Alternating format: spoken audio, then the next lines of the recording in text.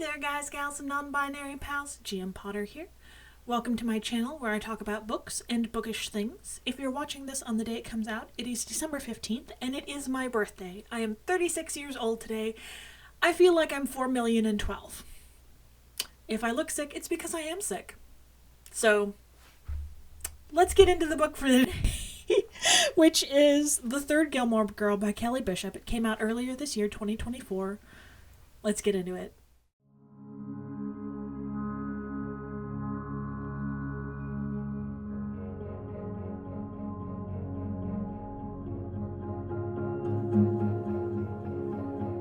Okay, so I saw this as the most on the list of most anticipated for Libby users earlier this year. That's the only reason I knew that it was coming out. It's The Third Gilmore Girl.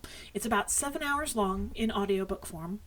I listened to this one on 2.25 speed because it's narrated by the author, and it makes it sound like Kelly Bishop is reciting lines from Gilmore Girls as her character, Emily Gilmore.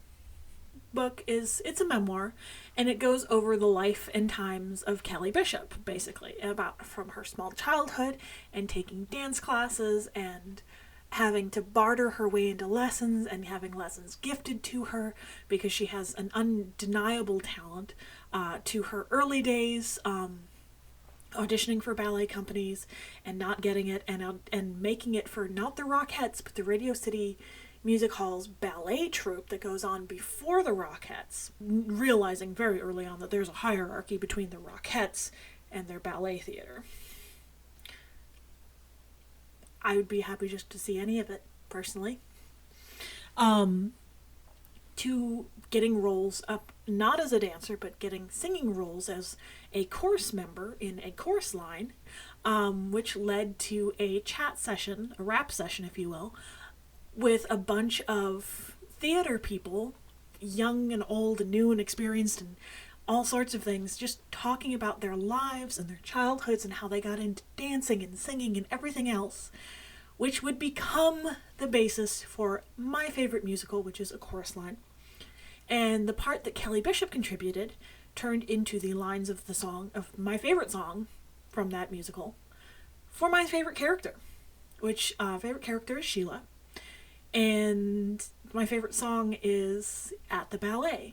There are other songs that are easier to sing. That one is in a key that I don't sing very well, and it's very, very melodic, very gentle. That's the ones that are fun to sing. Dance 10 Looks 3, like that one's a fun one to sing. There's other songs from that musical that are fun to sing and that I'll do at karaoke, but At the Ballet is actually my favorite one from that. And Sheila's lines in that song are literally her life, which I thought was so fascinating. It's so interesting. And she was in the original touring company for it, and she left to go do something else, and then she came back for like a final couple of appearances in it, and that's the role that she won her Tony for. And I think that is so cool. She was completely the dark horse. She wasn't supposed to win. They had all prepared her that, hey, you're not going to win. It's going to be your best friend that's going to win. It's not going to be you. She's the more experienced actor. She's the more experienced singer. She's the more experienced dancer. You're in the same production, but she's going to win, not you. And then she won out of nowhere, completely on talent, not out of political reasons. She checked on her friend, went up, collected her award, and went back to her seat as if she was on autopilot. And it's like, okay, cool. Like, I think that is so cool that she was like, that even on autopilot, like she's having a truly out-of-body experience, winning a Tony, and her first impulse is to be a girl's girl and go and check on her friend and be like, hey, you good? We good? Awesome. I'm gonna go do this. Like, I think that is just lovely. In the dog-eat-dog, like, me-first universe that is portrayed as Hollywood, that's what was going on. So, she's also a women's choice advocate. She actually had an abortion earlier in her life, and she was part of a women's march for Planned Parenthood, which I thought was really cool, along with Amy Sherman-Palladino and Helen Pye from Gilmore Girls, the the show creators and writer for Gilmore Girls. Fun Gilmore Girls fun fact: Helen Pye, the band. Sorry, I'm getting ahead of myself because I'm excited.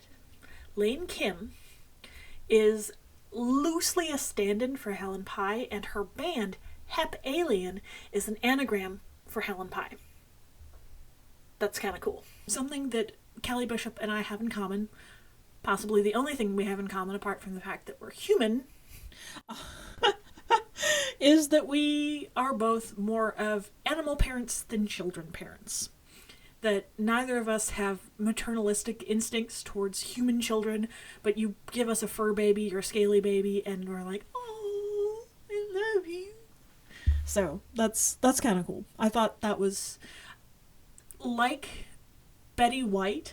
Like, it's like, it makes me feel happy when I see someone else in the world who's like, no, fur babies. Forget skin babies, fur babies.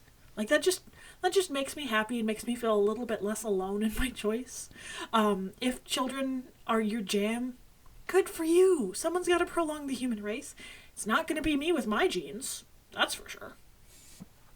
But yeah, this book was utterly delightful. I was eager to learn more and to watch her grow in her story, even though it all took place in the past because it's a memoir. I was excited for each turn that it took. It's unrepentant and unrehearsed memoir that is very much, here it is. To quote a chorus line, it's not a picnic, it's more of a come as you are.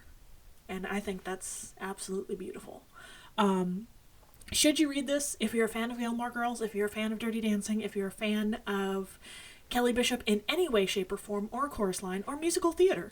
Yes. 5 of 5 stars. Yes, yes, yes. Please read this. Are there any memoirs that you've read this year that you thought were fascinating? Any memoirs, any biographies, autobiographies? I'd love to hear your thoughts and opinions. Are there any books that you had no idea were coming out, but then you read them and you're so glad you did? I'd love to hear that. Don't forget to like, share, and subscribe. And I'll see you in the next one. Bye.